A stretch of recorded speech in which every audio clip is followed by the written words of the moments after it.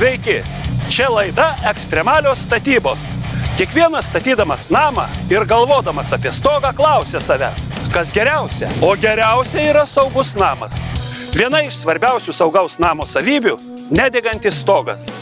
Šiandien labai ekstremaliomis sąlygomis bandysime sudeginti 5 stogus. Tarp jų Lietuvoje uždrausta asbestinį sproginėjantį šiferį, sunkiai prie ugnies židinio leidžiančią prieiti skardą, degųjį bitumą ir kitus, mažiau arba visai nedegius produktus.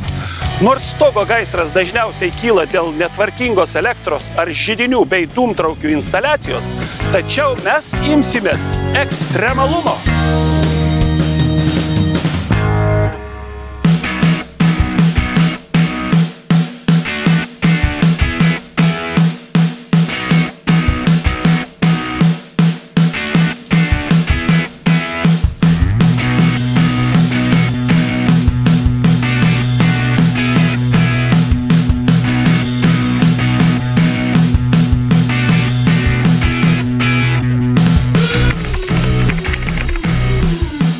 Štai matote padegamus indelius su biokuru, kurio ugnis tokia pat kaitri kaip ir tikro gaisro.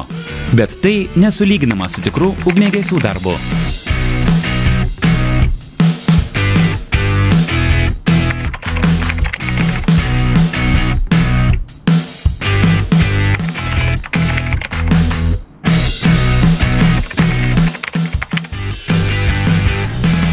Skardins vienas iš sunkiausiai.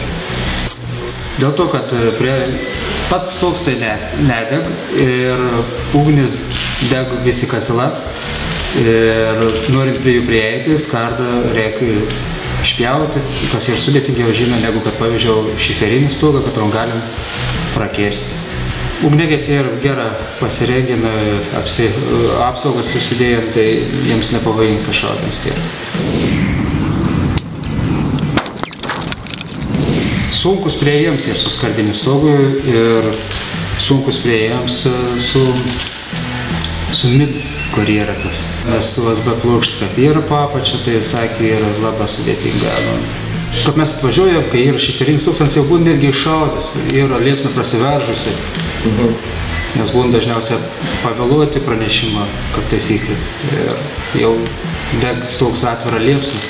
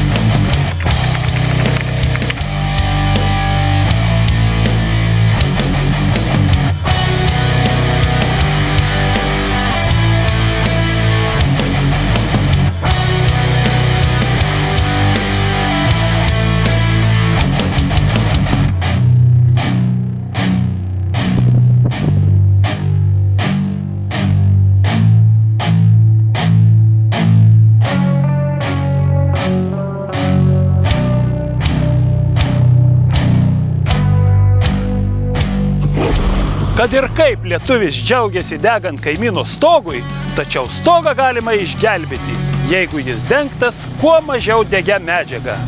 Iki greito!